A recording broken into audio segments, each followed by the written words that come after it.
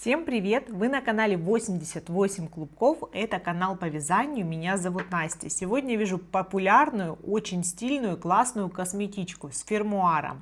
Использовать буду трикотажную пряжу в 2 сложения нити. Моя пряжа бренда Вяжи еще, длина нити 160 метров, вес мотка 280 грамм, заявленная толщина нити 6-8 миллиметров. Пряжа очень мягкая и эластичная, здорово ложится в любое изделие. Можно в одно сложение, в 2 сложения. Я использую 2 цвета. Очень сочетаются они, такие нежные, прям зефирные, как и само изделие. Также приготовила фермуар. Заявленный размер фермуара 16 сантиметров. В сантиметрах так и есть. Далее крючки. Вязать буду крючком 8 миллиметров. Крючок потоньше потребуется как вспомогательный. Ножницы и сантиметровая лента. На каждом этапе озвучиваю количество петель, количество рядов, размеры моих заготовок в сантиметрах. Подписывайтесь на мой канал. Все необходимые ссылки остаются в описании под этим роликом. Переходим к работе. Набрасываю нить на крючок, короткий край перед работой с небольшим запасом. Подхватываю рабочую нить и формирую первую петлю. Далее набираю 6 воздушных петель. 1, 2, 3, 4, 5, 6. Последняя петля уходит на петлю подъема. У меня остается 5 точек для провязывания. Вставлять крючок в первом ряду буду в заднюю перемычку. Первую перемычку пропускаю, во вторую от крючка вставляю и провязываю столбик без накида. Следующая точка, столбик без накида. Третья точка, столбик без накида. Четвертая. И в пятую точку, для того, чтобы повернуть на противоположную сторону, вязание будет по кругу, провязываю сразу 3 столбика. Первый, второй и в эту же точку третий столбик. Край начала будет ввязываться в полотно. По противоположной стороне крючок буду вставлять напротив уже провязанного столбика. Получается, что подхватываю обе дужки кромочной косы по этой стороне. Вставляю крючок, провязываю столбик без накида. Получается первый по этой стороне после поворота, второй, третий. И следующая точка это та, в которой по той стороне был провязан первый столбик ряда. В нее провязываю еще 2 столбика. В общей сложности в эту точку получается провязано 3 столбика без накида.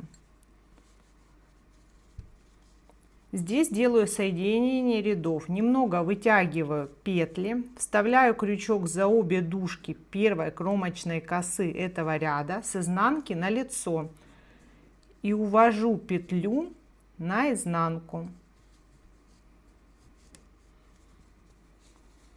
Здесь вынимаю крючок, фиксирую, чтобы петля не выскочила. Вставляю крючок в соединение между первым и последним столбиком. И вставляю крючок в эту зафиксированную петлю, которую увела наизнанку. Здесь с помощью рабочей нити формирую первый столбик второго ряда. Вытягиваю и провязываю. Готово. Двигаюсь к первому повороту второго ряда. Край нити начала точно так же ввязываю в полотно. Вставляю крючок за обе дужки и провязываю столбики без накида. По прямой линии овала получается мне нужно провязывать один столбик в одну петлю без добавлений. На повороте нахожу 2 петли, в которые необходимо будет провязать добавление. Первая, вторая. В первую провязываю сразу 3 столбика и во вторую. Таким образом добавится 4 столбика. За обе дужки первая, сюда же вторая и сюда же третья петля. И в эту кромочную косу то же самое, сразу 3 столбика, первый, второй, третий. Готово. Двигаюсь по ровному краю до второго поворота второго ряда. Здесь у меня получается 1, вторая, третья, четвертая петли. И остается одна петля свободная и вторая петля, в нее уже в начале ряда провязан 1 столбик. В свободную петлю провязываю 3 столбика, 1, 2, 3. А в ту петлю, в которую я начинала ряд, провязываю еще 2 столбика, чтобы всего получилось 3. Готово. Соединяю ряды по аналогии. Вытягиваю немножко петлю, вставляю крючок в первую кромочную с изнанки на лицо, увожу петлю, фиксирую, вставляю крючок в соединение, подхватываю уведенную петлю и формирую первый столбик третьего ряда. Готово. Также двигаюсь до первого поворота. На первом повороте третьего ряда нахожу 4 кромочных косы, которые идут прям по повороту. И в каждую из этих точек делаю добавление, то есть провязываю по 2 столбика в каждую точку. Первая пара добавок, вторая, подряд, добавления идут подряд, третья, 2 петли в одну точку и четвертая пара петель. Получается теперь на повороте у меня сразу 8 петель, 1, 2, 3, 4 добавления. Теперь двигаюсь до следующего поворота и там точно так же провязываю 4 добавления. Здесь они провяжутся в эти петли: первая, вторая, третья, четвертая. Соединение сделаю по аналогии.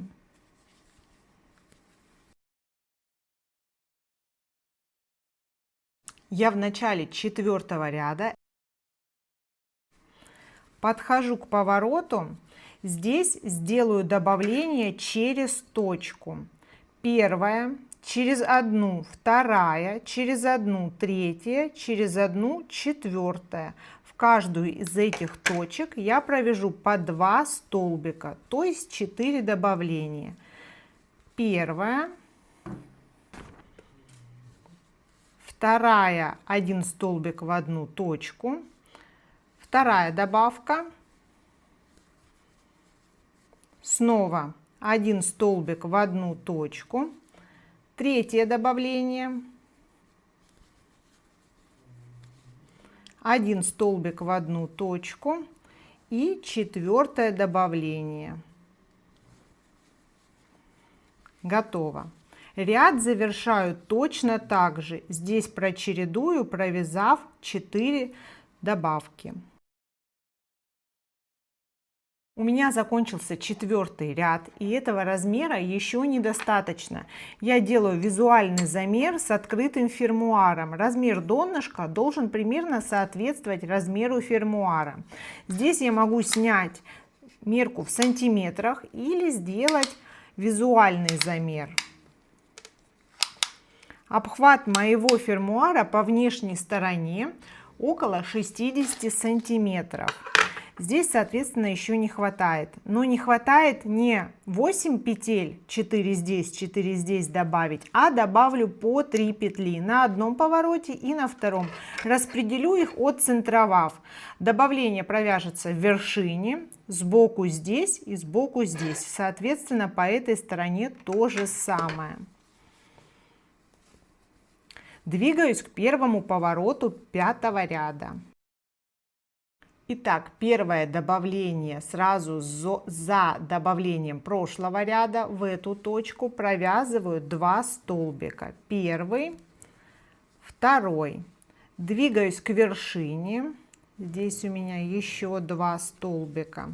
И следующее добавление. Первая петля, сюда же вторая. И снова 2 столбика.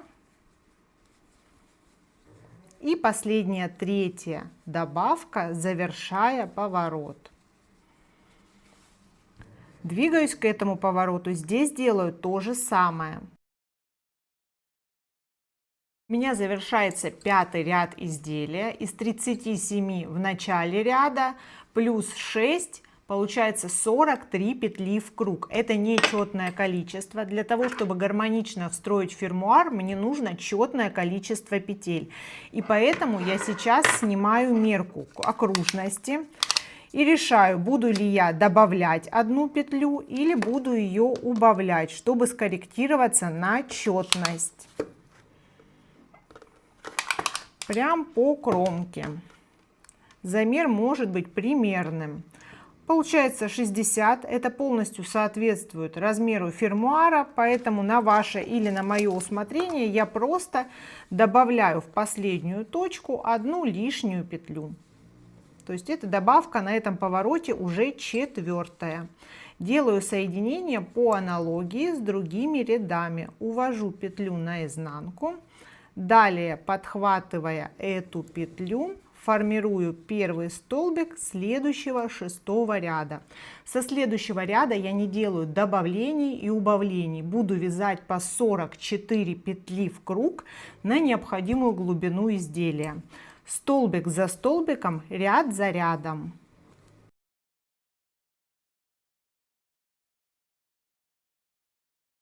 Сейчас у меня уже провязано 10 рядов по 44 петли без убавлений и добавлений после провязывания донышка. По верхней части размер изделия у меня 30 сантиметров, глубина изделия порядка 13-14 сантиметров. Этого уже достаточно. Я наметила крайние боковые точки. Между маркерами у меня по 21 петле. 22 с одной, 22 с другой у меня маркированы. И перехожу к привязыванию фермуара.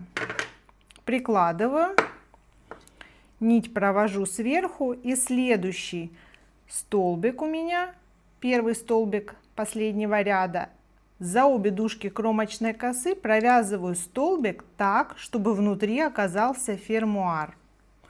Можно было накрепить его иначе, по любым способам, который вам ближе, но так смотрится очень необычно.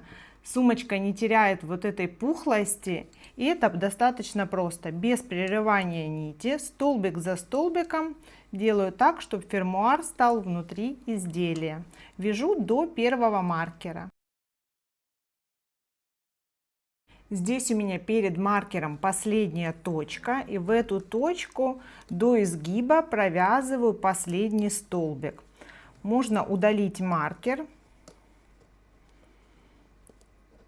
и перехожу на противоположную сторону, просто продолжаю провязывать столбики. Перед вторым маркером делаю то же самое, удаляю его. Вот здесь от изгиба до изгиба у меня должно получиться по 22 петли. Я уже укоротила нить, у меня остается последний столбик ряда. Провязываю его и вытягиваю нить полностью. Далее увожу наизнанку за первую кромочную косу этого ряда, возвращаю в исходную точку. Здесь увожу немного в глубину, и нить можно подшить. Использую крючок потоньше для удобства. Хочется сказать, что изделие очень здорово смотрится и с лица, и с изнанки. Что будет лицевой частью вашей косметички, выбирать вам. Прячу ниточку, она хорошо тянется, поэтому, конечно, лучше, чтобы она не выскакивала, закрепить ее с помощью ниток в том числе.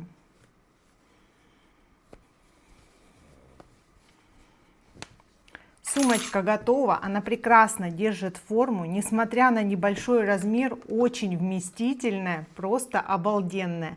Мне нравится сочетание цвета, выбирайте свою комбинацию или вяжите сумочку в монохроме. Посмотрите, какая малышка получилась. Итоговые размеры изделия, конечно же, зависят напрямую от размера фермуара. Ширина изделия 28 сантиметров, глубина 16-17 сантиметров, размер донышка 23 сантиметра на 12-13 сантиметров. Напоминаю, все необходимое остается для вас в описании под этим роликом. С 2 мотков пряжи у меня осталось около 140 граммов, то есть свободно может получиться сумочка немного большего размера. Подписывайтесь на канал, ставьте лайки, будет много интересных видео. Всем пока!